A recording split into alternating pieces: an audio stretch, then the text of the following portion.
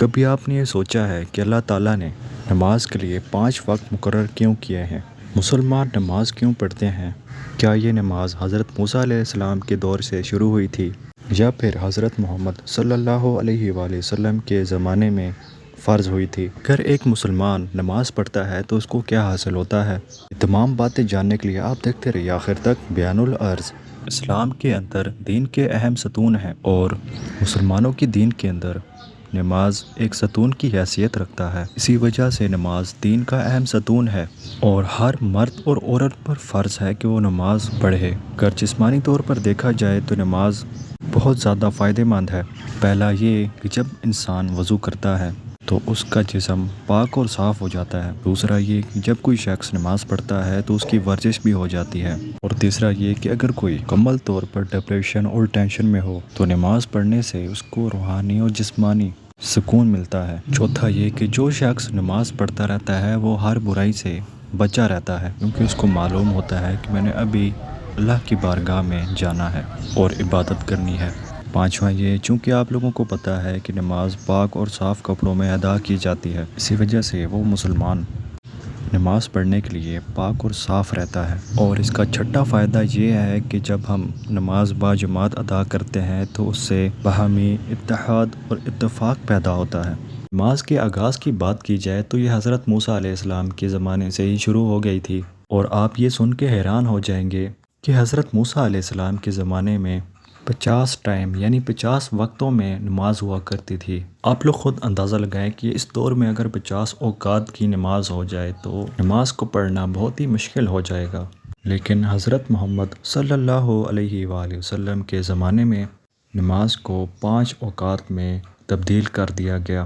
فجر، ظہر، عصر، مغرب، عشاء، یعنی یہ 5 وقت ہیں، ان میں آپ نے نماز ادا کرنی ہے۔ بعض روایات میں یہ ملتا ہے کہ حضرت محمد صلی اللہ علیہ وآلہ وسلم کو واقعہ معراج کے بعد اللہ کی طرف سے یہ حکم بھی آ گیا تھا تمام مسلمان 5 وقت کی نماز ادا کریں۔ بعض روایات میں ربیع الاول، بعض روایات میں ربیع الثانی اور بعض روایات میں رجب کا مہینہ ملتا ہے کہ رجب کے مہینے میں نماز فرض ہو گئی تھی۔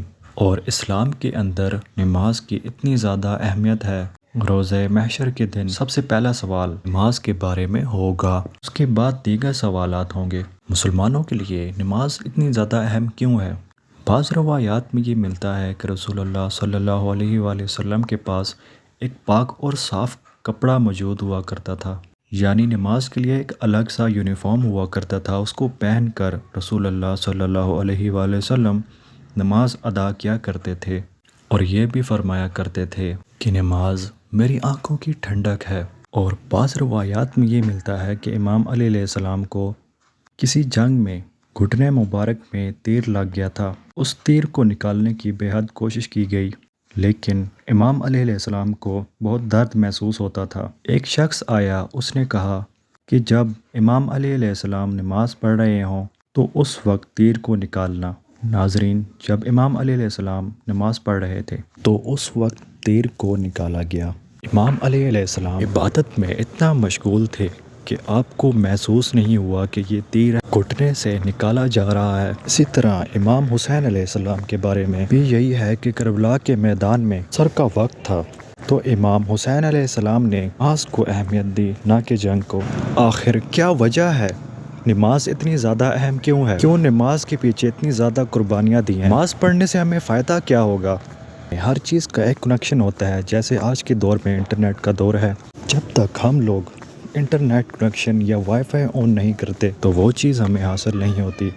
یا پھر ایک راستہ ہے، درمیان میں دریا ہے، دریا کو پار کرنا ہے لیکن برج نہیں ہے، پل نہیں ہے، دریا کے پار اس راستے کے ساتھ منسلک کر دے، یعنی کنیکٹ کر دے۔ جب پل ہوگا تو ایک راستہ دوسرے راستے کے ساتھ کنیکٹ ہوگا۔ نماز بھی خدا اور انسان کے درمیان ایک کنیکشن کا نام ہے۔ انسان کو لقاء اللہ کی طرف لے کر جاتا ہے، اللہ سے ملاقات کرنے کا ایک ذریعہ ہے۔ ماہ رمضان شروع ہو گیا ہے تو کوشش کریں کہ رمضان کے مہینے میں 5 وقت کی نماز ادا کریں۔ امید ہے کہ آپ لوگوں کو یہ ویڈیو اچھی لگی ہوگی۔ اگر آپ کو یہ ویڈیو اچھی لگی تو ویڈیو کو لائک کریں، چینل کو سبسکرائب کریں۔ ملتے ہیں نیکسٹ ویڈیو میں، تب تک کے لیے اللہ حافظ۔